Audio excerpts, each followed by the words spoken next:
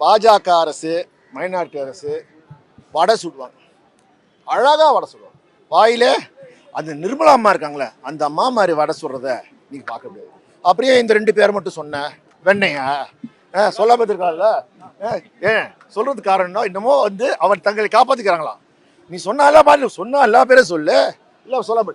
தமிழ்நாட்டிலேருந்து எங்கள் முதலமைச்சர் கேட்டார், 37,000 கோடி நம்ம கேட்டோம். எதுக்கு? வெள்ளத்தால். இங்கே சென்னையில் வெள்ளம் வந்தது, தூத்துக்குடியில் வெள்ளம் வந்தது, கேட்டோம்ல. எவ்வளோ கொடுத்தாங்க? 257 கோடி. அது நம்மளுடைய காசு தான். அவங்க காசா இது வரைக்கும் ₹1 கூட கொடுக்கல. மெட்ரோ ரயில் கொடுத்துட்டு நம்ம ஏன் கொடுக்கல? அவங்க நம்ம பழி வாங்குறாங்க. வந்தார பிரதமர் ரோட் ஷோ போட்டார்ல, இன்னைக்கு சென்னையில் வெஸ்ட் மாம்பலத்தில் ஆண்டார்ல. என்ன பண்ணாங்க? திருவி குடியிருப்ப மூடி வரைச்சாங்க. ஏன்னா அவர் ஏழைகள் இருப்பதை பார்க்கக்கூடாது. கோயம்புத்தூர்ல போய் ரோட் ஷோ போட்டால, அங்கே மெட்ரோ ரயில் திட்டத்துக்கு ஒப்புதல் கொடுத்தாங்களா? இல்லை. வெறும் ரோட் ஷோ பிரதமர் தான் மோடி. தமிழ்நாட்டு மக்கள் இதை மன்னிக்க மாட்டார்கள், மறக்க மாட்டார்கள். தகுந்த பாடத்தை புகட்டுவார்கள்.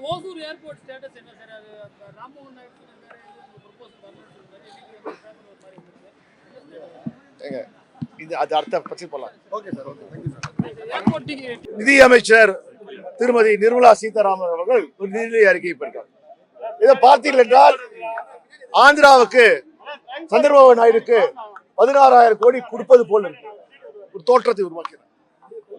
உண்மையில் பார்த்தீங்கன்றால் பீகாருக்கு நிதிஷ்குமாருக்கு 35,000 கோடி உண்மையாக தருகிறார்கள், அதுக்கு வெள்ள நிவாரணத்துக்கு.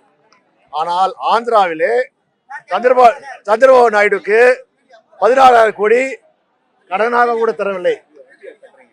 அது கடனுக்கு கேரண்டியாக சந்திரபாபு நாயுடு கேரண்டி எடுத்துக்கலாம். போய் நான் 16,000 கோடி கடன் வாங்குறேன். இதுக்கு அவர் அமராவதி தலைநகரை கட்டுவதற்கு உத்தரவாதத்தை ஒன்றிய அரசு மட்டும்தான் தரும்.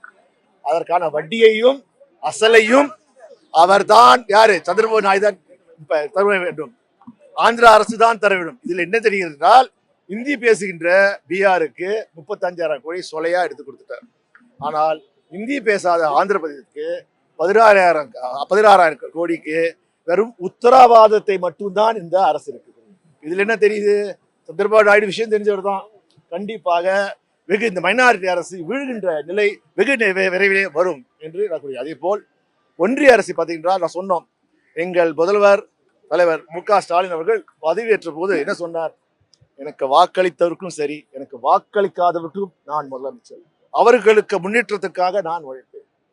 அவர்கள் ஐயோ ஏன் நான் மு.க. ஸ்டாலின் வாக்கு அளிக்கவில்லை என்று வருத்தப்பட்ட அளவுக்கு என் செயல்பாடு இருக்கின்றார். அதைதான் தொடர்ந்து இன்றைக்கு 3 ஆண்டுகளாக தமிழ்நாட்டு மக்களுக்கு வளர்ச்சிக்காக செயல்படுறார். ஆனால் மோடி என்ன பண்றார்?